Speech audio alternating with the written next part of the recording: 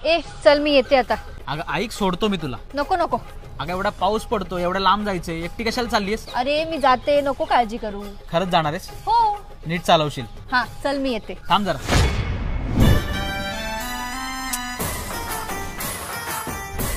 चल आता मी येऊ. ती हुडी घाल. अगर रस्त्यात जाताना थंडी वगैरे वाजली तर हुडी घाल.